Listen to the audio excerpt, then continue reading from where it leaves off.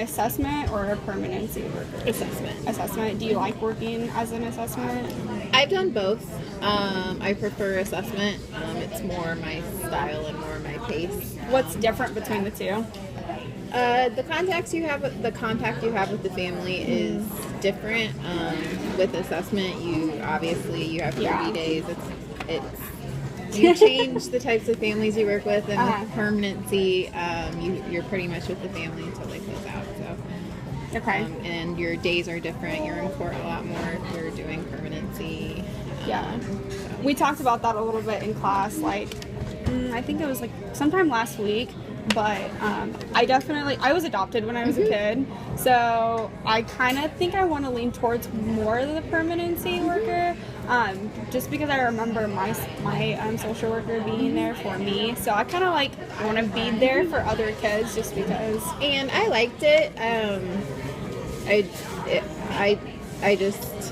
don't know, when you do something for a long time, like burnout kind of comes up, and sometimes it just helps to mix it up a little bit. So I've done both, and you kind of have flexibility depending on what county you work in to move around if you want to. Okay. Yeah, I've definitely looked into, I think I want to work for Hendricks. I live out in Putnam County, so I have the option to do Marion or Hendricks, and I really want to work in Hendricks, but not really looking forward to doing Putnam County, so I'm trying to stay away from that. Yeah, I've known people that are from smaller counties and they don't want to work where they grew up. They don't want to meet people. No. Yeah. What are some of the perks for working for DCS? You do working in it's a very hard job. It's not an easy job. You get a lot of flexibility with your schedule because you're working for families. You kind of work around their schedules, so your work schedule is pretty flexible. You get to do a lot of things you don't get to do in other jobs. Like, you get the opportunity to do a lot of multidisciplinary stuff. Like, you get to work a lot with hospital staff, you get to work with law enforcement, you get to work with a lot of different service providers and learn about different community resources. A lot of the services that we offer for family don't come from us, they come from our community partners, which it's nice, like you get to work with a lot of other people, not just your DCS workers. And you do get to help families.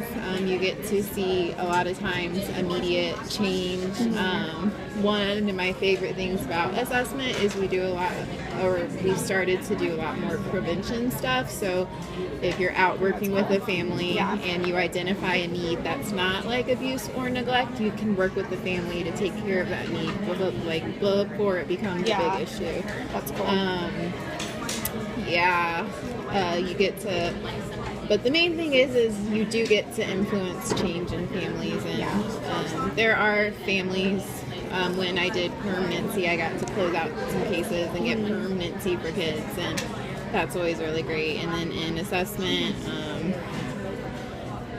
breaking down barriers is always fun, and helping families identify their needs. But you do get to do and experience a lot of things you wouldn't get to in other jobs, and it's very go, and you get to do a lot and meet a lot of really interesting people. That was one thing that my professor had brought up. She said that it's not like like you said, you're constantly going. So like if you have something on the weekend, it's kind of, if you're like planning on doing something and then they call you, it's like you have to put them on hold, and you have to like, you definitely have to have boundaries, but you do work a lot and your schedule is pretty flexible. And DCS, you have to work on call, so you'll have your on-call hours that you have to work. But it's very interesting. You definitely become a jack of all trades. But I've learned so much about different services that I never would have known if I hadn't. And then I got friends that are social workers at hospitals, and then a lot of times when you work with hospitals, you'll share resources with their social workers that they don't even know because because you are out in the community so much. That's definitely something like I either want to do like child advocate or I want to work in a hospital, but I haven't had much experience like what a social worker would do in a hospital, but.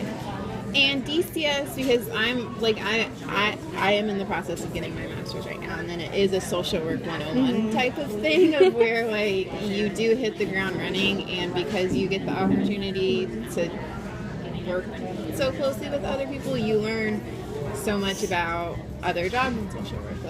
Like you'll meet a lot of therapists, you'll meet a lot of hospital social workers, you'll meet the guardian ad litems and child advocates, and you'll learn what they do through your job, and it's just really good experience. Yeah, I'm super excited. Yeah, it's definitely, yeah. You're definite once you start, you're in. So yeah, that's what she said. What type of personal / ethical dilemmas do you face on the job?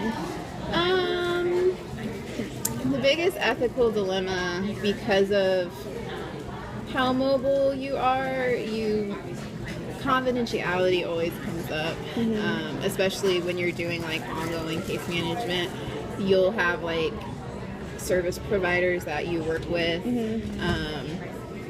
on similar cases, and then they'll want to talk about some other case when you're working with another family, and sometimes you'll want to engage in those conversations, but you always have to remember, hey, we got to keep this confidential.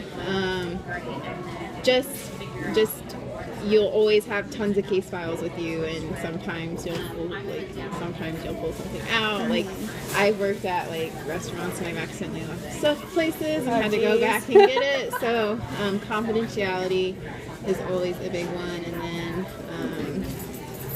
I guess keeping with social work core values. Cultural diversity is always, it's not a hard one, but it's always one you do have to be cautious of, because like we all have biases towards other things. And Indianapolis especially, there's a lot of refugee populations for Burmese, and we're seeing a lot of refugees from the Sudan, so lots of cultural differences working with those populations, and sometimes it's really frustrating because you're just like, I want you to get it. So remembering that stuff. So just those types of dilemmas. Are there any challenges like you face outside of work? Like my professor had said, like she has kids, and she had to like some soccer games or like some of the things that she had to do, she would be late or something, and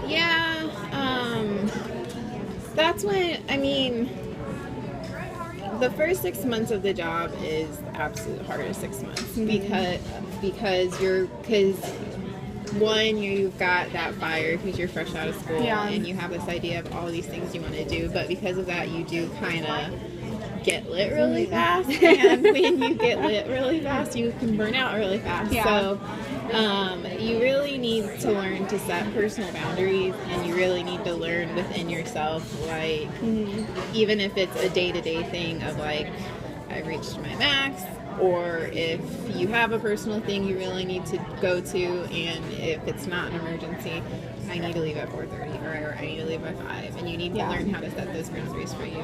Turning off your phone is a big one. But I mean, there's been, like, most of my family's out of state, so there's been a lot of times where I can't travel or I can't do something because I have a lot of deadlines coming up that I have to meet. So you do make a lot of personal sacrifices, but everybody finds their purpose in a different way, and if it's meaningful for you, then I mean, it'll be worth it. But yeah, boundaries, and I know self-care is a big social work buzzword. Those are like things you really need to be aware of, because it's a job. You'll see a lot of not great stuff. You'll hear some things you wish you didn't hear. And you can get somewhat jaded, and you'll hear things, and you'll share it with your non-social work friends, and they'll look at you like that's the most awful thing they've ever heard, but then to you it doesn't even register. So different meanings. So like you do have to recognize those signs of burnout within yourself, but you're gonna want to do everything. And of course you need to get your job done. Yeah. But in jobs like this, you also have to understand, like, some things just aren't gonna get done, and you need. That's understandable. Yeah. So it was a hard thing for me to recognize of, like, I am maybe pushing it a little too hard, and I do need to start like using your own personal resources. And DCS is, luckily, it has a really good climate for that. Of the people that work there, for the most part, really like working there, and they want people to stay there. So if you reach out to your supervisor, that type of stuff, they can make sure that's nice. You're doing what you need to do. And also, like, you are gonna not be able to do stuff. You're gonna have on calls on holidays. You're gonna you're gonna get called out in the middle of a movie or in the middle of dinner, or miss a concert I think at the end of the day, though, it's all worth it. Yeah, and then that's the whole point of, like, part of my social work journey. It's been very short so far, but it's just you have to find a way to make your days meaningful, and luckily DCS is a job where there's a lot of opportunities to be purposeful, and because if your days aren't purposeful, then it's kind of hard to keep going. So you